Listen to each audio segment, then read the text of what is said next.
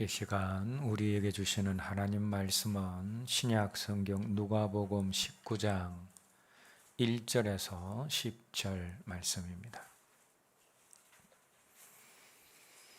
한 목소리로 함께 읽겠습니다. 예수께서 여리고로 들어가 지나가시더라. 삭개오라 이름하는 자가 있으니 세리장이요 또한 부자라. 그가 예수께서 어떠한 사람인가 하여 보고자 하되 키가 작고 사람이 많아 할 수 없어 앞으로 달려가서 보기 위하여 돌 무화과 나무에 올라간 그는 예수께서 거리로 지나가시게 되밀어라. 예수께서 그곳에 이르사 쳐다보시고 이르시되 삭개오야 속히 내려오라. 내가 오늘 내 집에 유하여야 하겠다 하시니 급히 내려와 즐거워하며 영접하거늘 못사람이 보고 수군겨러 이르되 저가 죄인의 집에 유하로 들어갔도다 하더라. 삭개오가 서서 주께 여짜오되 주여 보시옵소서.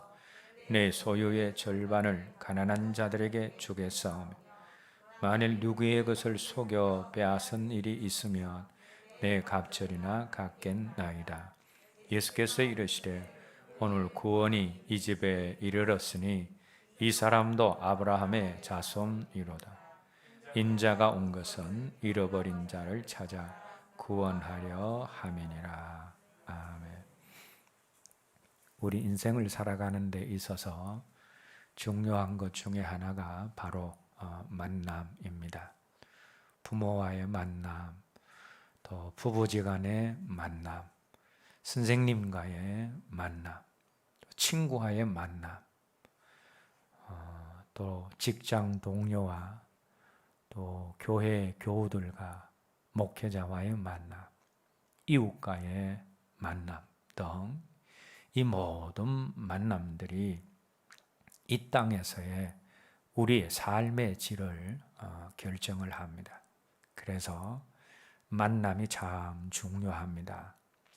그런데 우리가 이 땅을 살아가면서 경험하게 되는 모든 만남들이 귀하지만 그러나 그 만남 가운데서 가장 중요하고 귀한 만남은 우리 주님과의 만남입니다. 사람과의 만남은 이 땅에서의 우리의 삶에 영향력을 주지만 주님과의 만남은 우리의 영혼을 결정하는 만남이기 때문입니다. 오늘 우리가 함께 읽은 본문에서 이 주님과의 만남을 사모하는 한 사람이 있습니다. 그가 누구였는가 하면 세리장 삭개오입니다. 삭개오는 이 주님을 만나기를 사모했기 때문에 여러 가지 장애물을 그가 통과했습니다. 첫 번째 장애물은 뭐냐? 사람들에게 죄인이라고 손가락질 받게 한 그의 직업, 세리라는 그런 직업입니다. 당시 세리는 동족의 돈을 거두어서 또 로마에 바치는 매국노 취급을 당하였고 또 자기들 마음대로 세금을 높이 매겨서 사람들의 돈을 갈취하는 면허증 있는 강도와 같은 그런 사람들이었습니다. 그래서 당시의 사람들은 세리를 죄인으로 취급을 하고 멸시하고 교제하기를 싫어했습니다. 그래서 오늘 본문 7절 말씀을 보시면 우리 주님이 삭개오의 집에 들어갔을 때 저가 죄인의 집에 들어갔다라는 말씀이 나옵니다.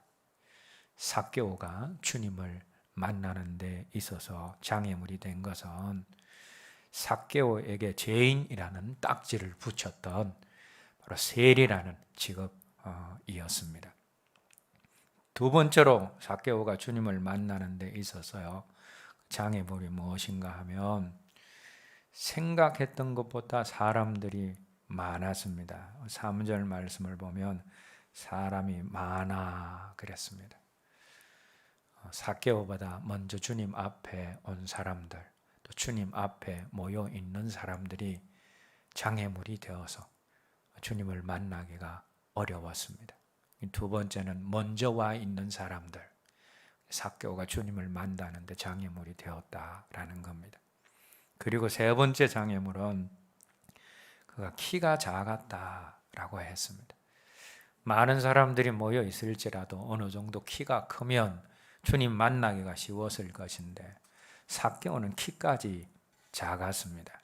삭개오의 작은 키가 또한 주님을 만나는 데 있어서 장애물이 되었습니다. 그런데 삭개오는 주님을 만나는 데 방해한 이 모든 장애물들을 극복을 했습니다. 자신을 죄인이라고 손가락질하는 사람들 개의치 않았습니다. 그리고 많은 사람과 작은 키를 극복하기 위해서 그는 어른이면서도 아이처럼 주변에 있는 돌무화과 나무에 올라갔습니다. 주님을 만나고 싶은 사모함이 삭개오에게 있었기 때문입니다. 오늘 저와 여러분들에게도 주님을 만나고자 하는 사모함이 있어야 합니다. 특별히 주님을 인격적으로 만나지 못하고 주님을 만나기 전에 삭개오처럼 그저 예수님께 대해서 그저 들어서 또 배워서 지식적으로 아는 사람들은 반드시 예수님과의 인격적인 만남을 위해서 힘쓰고 애써야 합니다. 왜 그렇게 해야 합니까?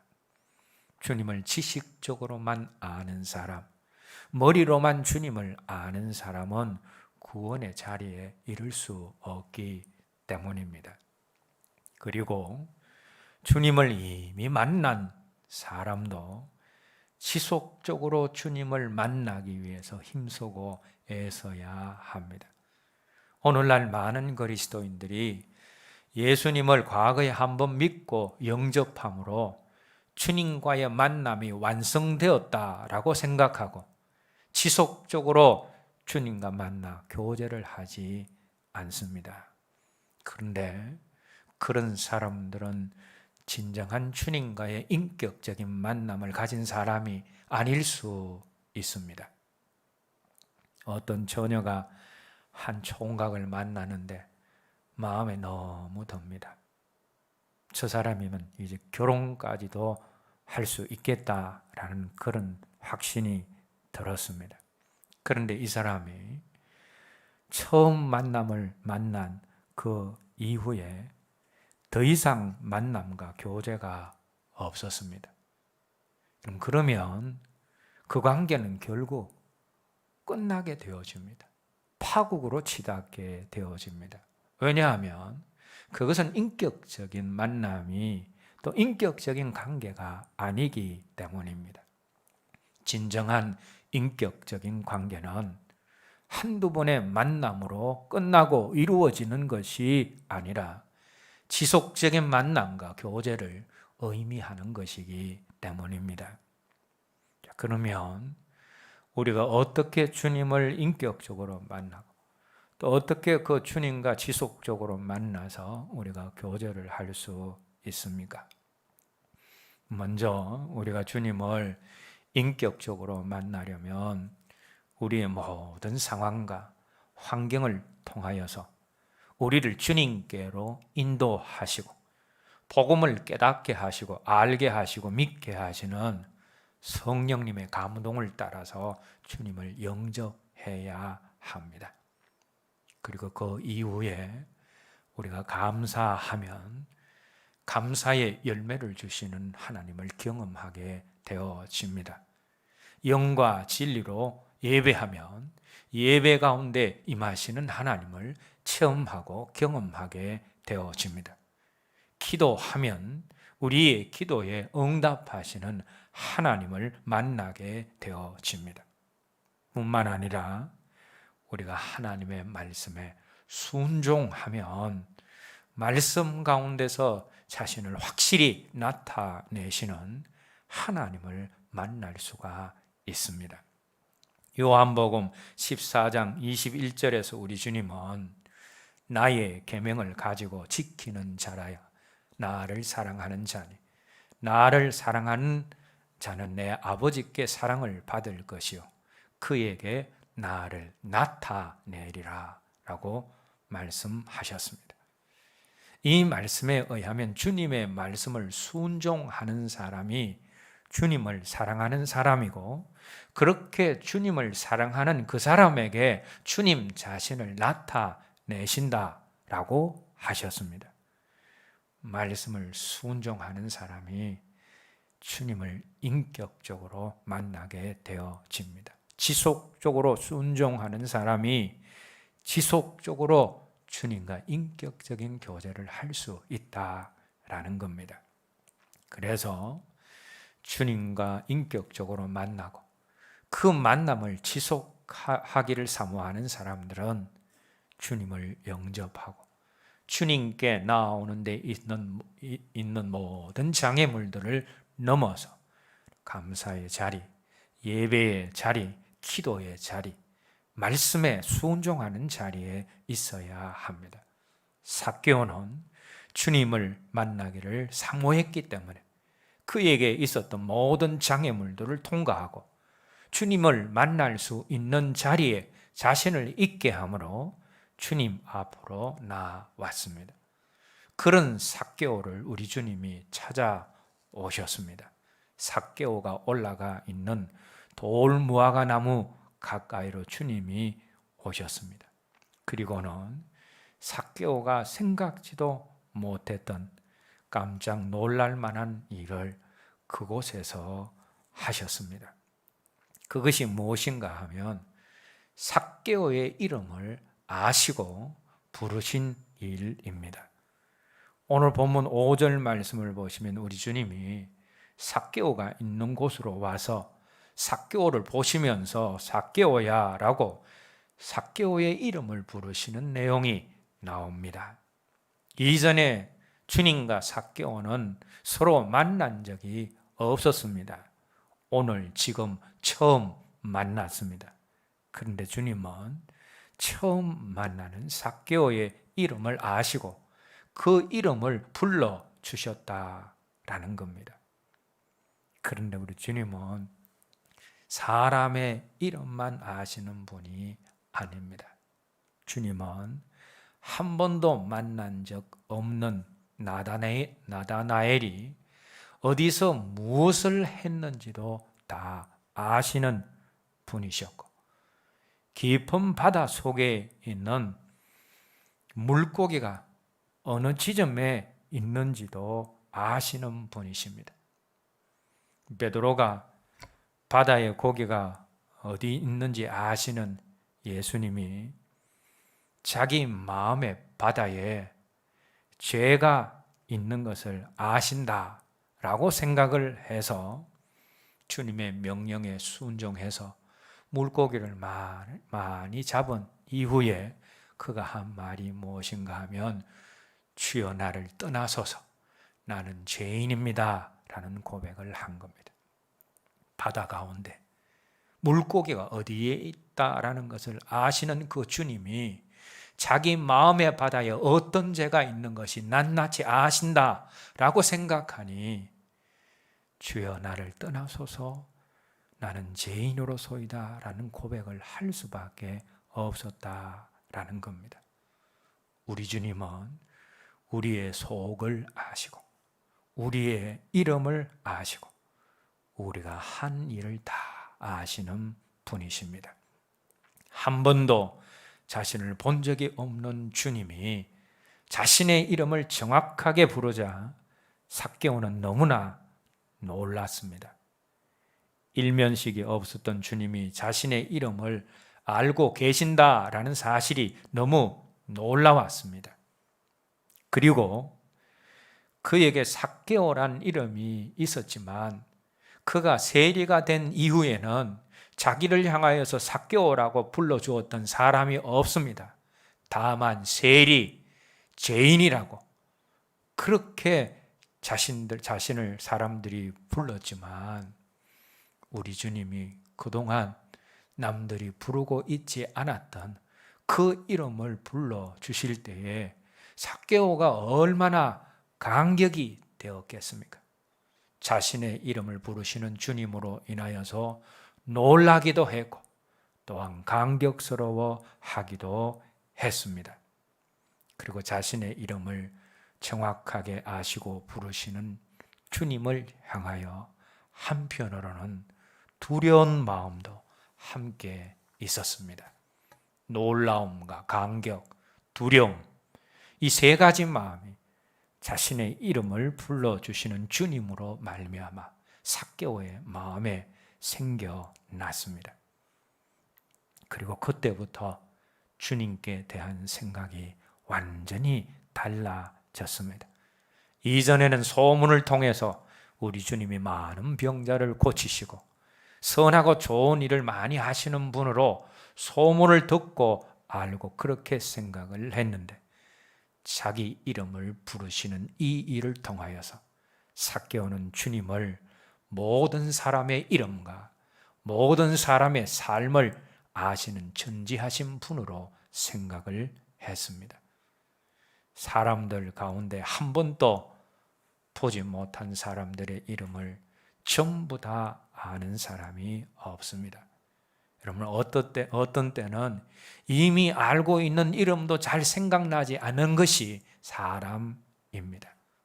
그런데 주님은 한 번도 만나지 못한 사람, 모든 사람의 이름을 다 아시는 분이시라면 그분은 사람이 아니십니다. 주님은 사람을 넘어서시는 분, 그분은 사람을 만드신 분이시고 사람의 이름을 생명책에 기록하시고 지워버리시기도 하시는 하나님이십니다. 그래서 삭개오는 자신의 이름을 알고 부르신 주님이 자신의 모든 삶도 아시는 분이라고 생각을 했고, 그 주님을 자신을 죄에서 구원하실 구세주로 하나님으로 인정했습니다. 그리고 그 주님이 자기와 함께 하시기를 원하신다라는 것을 알았습니다. 바로 그때 삭개오가 취한 행동이 이제 오늘 본문 6절 말씀에 나옵니다. 6절 말씀 함께 읽겠습니다. 급히 내려와 즐거워하며 영접하거늘. 주님이 삭개오 자신의 이름을 아시고 부르시자 삭개오가 어떻게 했습니까? 주님을 즐거워하면서 영접했다라는 겁니다. 이것은 삭개오가 주님을 그리스도로 믿고 받아들였다라는 것을 우리에게 보여주고 있습니다. 삭개오의 이름을 아시고 불러주신 주님은 오늘 저와 여러분 한 사람 한 사람의 이름을 아시고 불러주시는 분이십니다. 요한복음 10장 3절 말씀에서 주님은 자신을 목자라라고 말씀하시면서 목자 되신 주님이 자기 양의 이름을 각각 불러서 인도하신다라고 하셨습니다. 주님은 양된 저와 여러분들의 이름을 다 아시고 불러주시는 분이십니다. 이사야 49장 15절 16절 말씀에서는 우리 하나님이 우리 이름을 손바닥에 새기시고 잊지 않으신다라고 하셨습니다. 하나님은 우리 각자의 이름을 아시고 그 이름을 기억하시고 또 불러주시는 우리 각자를, 우리 개개인을 소중하고 가치 있게 여기시는 분이십니다. 그 하나님을 우리가 기뻐하고 즐거워하고 영접할 수 있어야 하고 그분을 믿고 신뢰할 수 있어야 합니다. 삭개오가 그 주님을 기뻐하고 즐거워하고 영접하자 삭개오가 주님을 구세주로 받아들이자 삭개오에게 우리 주님이 어떤 선포를 하셨는가? 그것이 오늘 본문 9절 말씀에 나옵니다. 함께 읽겠습니다. 예수께서 이르시되 오늘 구원이 이 집에 이르렀으니 이 사람도 아브라함의 자손이미로다. 삭개오가 주님을 기뻐하고 영접하자. 주님은 삭개오와 삭개오의 집에 구원이 이르렀다고. 삭개오가 구원을 받고 천국을 소유한 아브라함의 자손이 되었다라고 그렇게 선포하셨습니다. 주님의 이름을 믿고 영접하는 자에게 하나님은 하나님의 자녀가 되는 권세를 주십니다. 예수 그리스도를 믿고 영접한 우리에게 구원이 주어집니다. 천국은 예수 그리스도를 믿고 영접할 때 주어지는 선물입니다. 자, 그런데 이제 오늘 본문 속에서 중요한 것은 주님을 믿고 영접한 후에 변화된 삭개오의 모습과 삶입니다. 주님을 믿고 영접한 후 변화된 삭개오의 삶이 이제 오늘 본문 8절 말씀에 나옵니다. 함께 8절 말씀 함께 읽겠습니다. 삭개오가 서서 주께 여짜오되 주여 보시옵소서.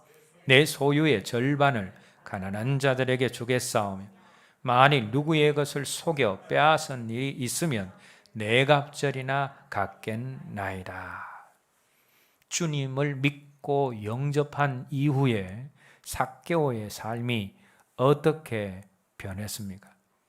자기 재산의 절반을 가난한 사람들에게 주겠다라고 했습니다. 이전에 삭개오의 삶은 자꾸 남의 것이라도 끌고 모으는 그런 삶이었습니다. 그 삶이 이제는 남에게 주는 삶으로 변화되었다라는 겁니다. 그리고 속여 빼앗은 것, 속여서 도둑질한 것이 있다면 네 갑절이나 갚겠다라고 했습니다. 당시 다른 사람의 것을 도둑질하면 2배로 갚는 율법이 있었습니다.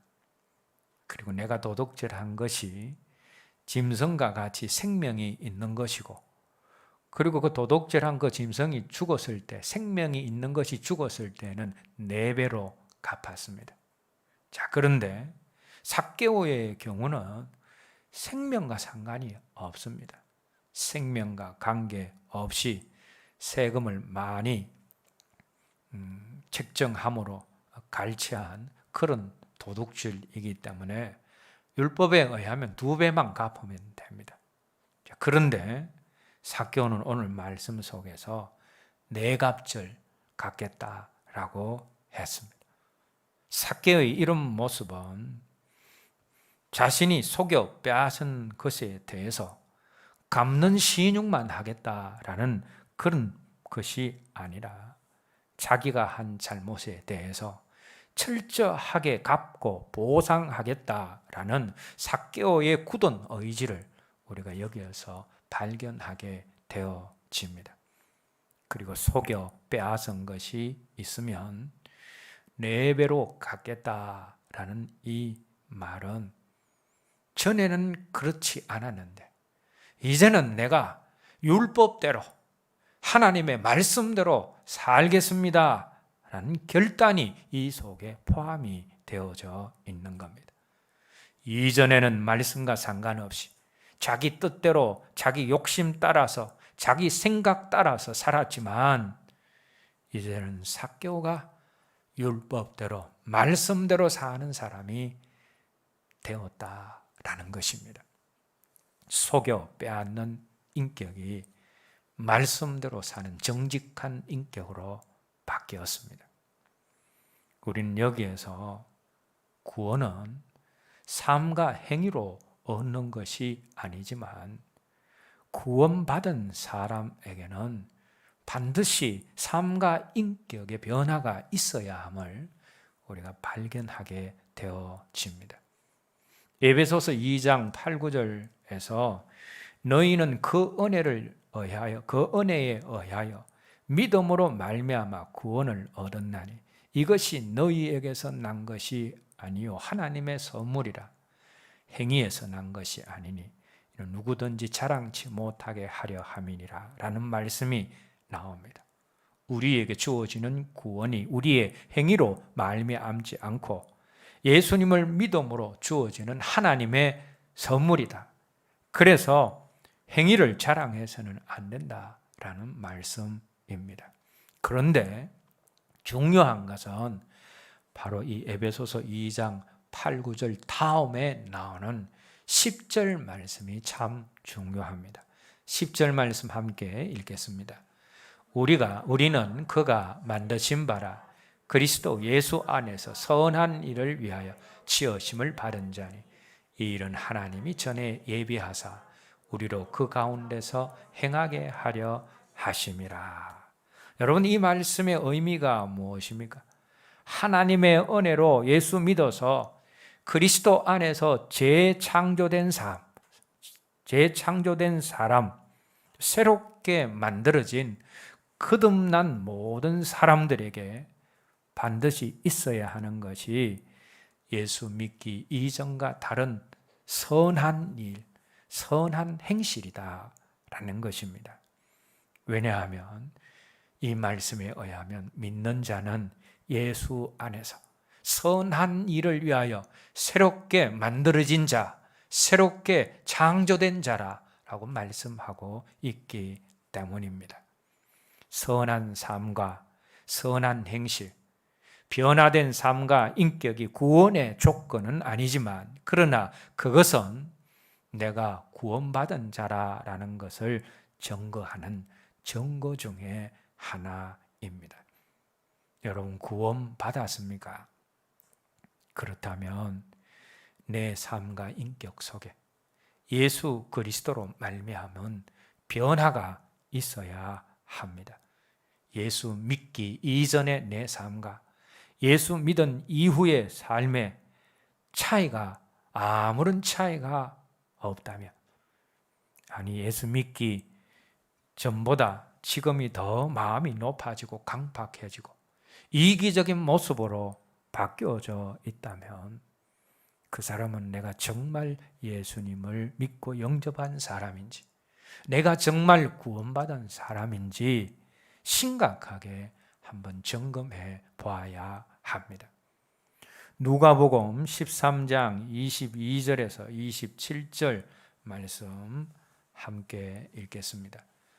예수께서 각성 마을로 다니사 가르치시며 예루살렘에 여행하시더니 어떤 사람이 여짜오되 주여 구원을 받는 자가 적으니까 그들에게 이르되 좁은 문으로 들어가기를 힘써라.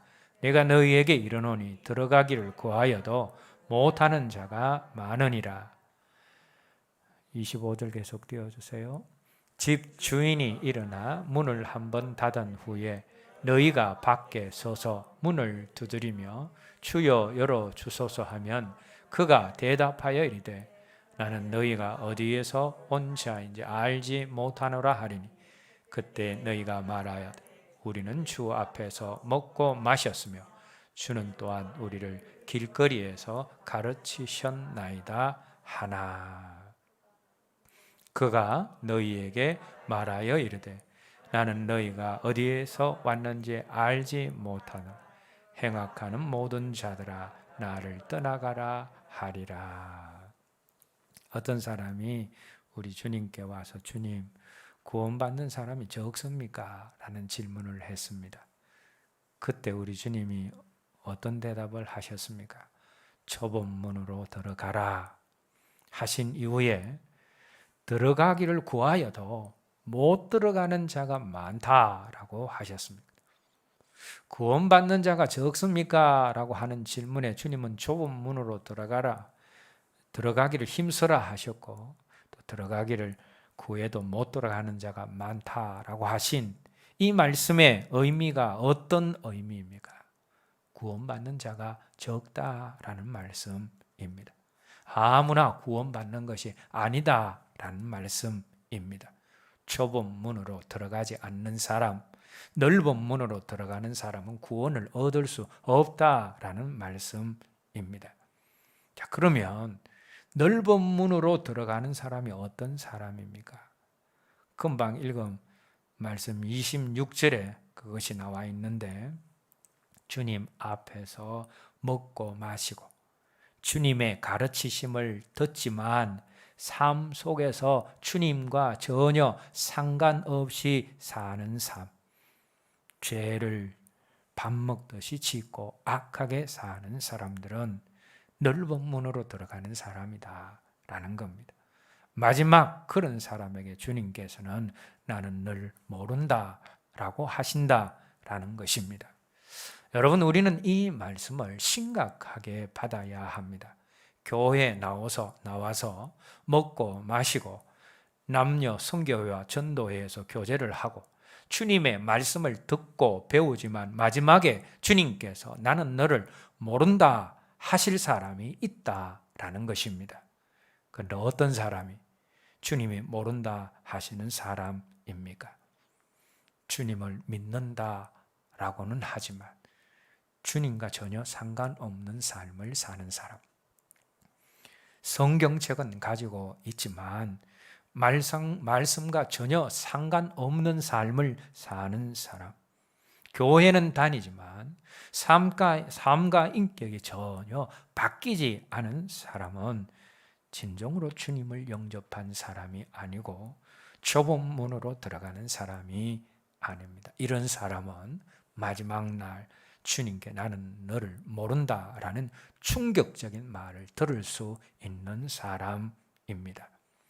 그리고 성경에 보면 주님을 영접해 구원을 받았지만 주님 주신 구원을 끝까지 지키지 못하고 주님 주신 믿음을 끝까지 지키지 못한 사람들이 많이 나옵니다. 디모데전서 1장 19절 말씀에서 사도 바울은 믿음이 파선한 사람들에 대해서 말씀하고 있습니다. 그러면서 영적인 아들 디모데에게 너의 믿음이 파선되지 않도록 주의하라라고 했습니다. 우리가 주님을 믿음으로 구원을 얻는데 그 믿음이 파선되면 구원이 보장되지 않습니다. 한 번 믿었다고 그 구원이 끝까지 영원히 보장되는 것이 아닙니다. 처음에는 좋아서 주님을 따르다가 나중에는 세상을 너무나 사랑해서 세상으로 돌아간 대만은 믿음이 파선한 사람입니다. 그는 그래서 구원을 잃어버린 사람입니다. 그래서 고린도후서 13장 5절에서 사도 바울이 너희가 믿음에 있는가? 너희 자신을 시험하고 너희 자신을 확정하라. 예수 그리스도께서 너희 안에 계신 줄을 너희가 스스로 알지 못하느냐? 그렇지 않으면 너희가 버려운 자니라 라고 했습니다. 우리가 믿음 안에 있지 아니하면 버리운 자와 같다라는 말씀입니다. 그런데 여러분, 이 말씀은 믿지 않는 사람들에게 한 말이 아닙니다. 교회 안에서 신앙생활을 하고 있는 고린도 교회 교인들에게 사도 바울이 한 말입니다. 그러므로 우리가 예수 안에, 믿음 안에 지속적으로 거하지 않으면 교회 안에 있어도 버려질 수 있습니다. 그래서 우리가 예수 안에 있는지, 믿음 안에 있는지 그것을 점검해야 합니다. 시간마다, 분초마다 내가 예수 안에 있는지, 믿음 안에 있는지를 우리 자신을 돌아보면서 점검할 수 있어야 합니다. 그리고 우리가 예수 믿음으로 얻은 구원을 덩하니 여기면 안 됩니다. 히브리서 2장 1절에서 3절 말씀 함께 읽겠습니다. 그러므로 우리는 들은 것에 더욱 유념함으로 우리가 흘러 떠내려가지 않도록 함이 마땅하니라. 천사들을 통하여 하신 말씀이 경고하게 되어 모든 범죄함과 순종하지 아니함이 공정한 보응을 받았거늘 우리가 이같이 큰 구원을 덩하니 여기면 어찌 그 보응을 피하려. 그대로 한번 띄워주시기 바랍니다. 3절 말씀 보시면 우리가 큰 구원을 덩하니 여기면 어찌 그 보응을 받으리요 라고 했습니다. 우리가 받은 구원이 큰 구원인데 그 구원을 덩하니 여기면 큰일 난다라는 말씀이 3절 말씀입니다. 그런데 구원을 덩하니 여기는 것이 어떤 것이라고 말씀하고 있습니까? 그것이 1절, 2절 말씀에 나옵니다. 1절 말씀에 의하면 말씀에 유념하지 않고 말씀대로 살지 않아서 말씀을 흘려 떠내려 보내고, 또 2절 말씀에 있는 대로 지속적으로 고의적으로 죄를 지으면서 순종 없이 자기 마음대로 사는 것, 그것이 구원을 등한히 여기는 것이다 라는 것입니다. 그리고 구원을 등한히 여기는 사람은 구원을 잃어버릴 수도 있다라는 것입니다. 그래서 사도 바울이 빌립보서 2장 12절에서 항상 복종하여 두렵고 떨림으로 너희 구원을 이루라 라고 하고 있는 것입니다. 이 말씀은 한 번 받은 구원은 영원하니 무슨 죄를 짓더라도 어떻게 살더라도 평안하게 마음 편히 구원의 확신을 가지고 누려라 라는 말씀이 아닙니다. 항상 복종하고 두렵고 떨림으로 너희 받은 구원을 이루어 가라 라는 말씀입니다. 예수 그리스도의 은혜로 말미암아 구원 얻은 사람은 구원 이후의 삶으로 구원을 이루어 가야 합니다. 우리 주님은 열매로 그 나무를 알 것이다 라고 말씀하셨습니다. 구원받은 사람에게는 반드시 그 삶의 열매가 있게 되어집니다. 그래서 구원의 증거가 되는 삶의 열매를 맺기 위해서 청교도들의 책들을 읽어보게 되어지면 그 청교도들이 얼마나 자기를 부인하면서 치열하게 삶을 살아갔는지 모릅니다. 열매로 자기가 구원받았다라는 것을 알 수가 있는데 자기 삶 속에 열매가 없으면 얼마나 두려웠겠습니까? 그래서 청교도들은 치열하게 삶의 열매가 있기 위해서 자기를 부인하고 치열하게 말씀대로 살아갔다라는 겁니다. 오늘 예배드리는 우리 모두가 예수 믿은 연수가 늘어갈수록 또 하나님께 갈 때가 가까워져 갈수록 내 인격과 삶의 변화로 인하여서 구원의 증거가 더 풍성하고 명확해져 가므로 삭개오에게 이른 구원이 온전히 저와 여러분들의 것이 되기를 주님의 이름으로 기원합니다. 찬송 부르신 후에 이제 오늘 들은 말씀 가지고 함께 기도하겠습니다.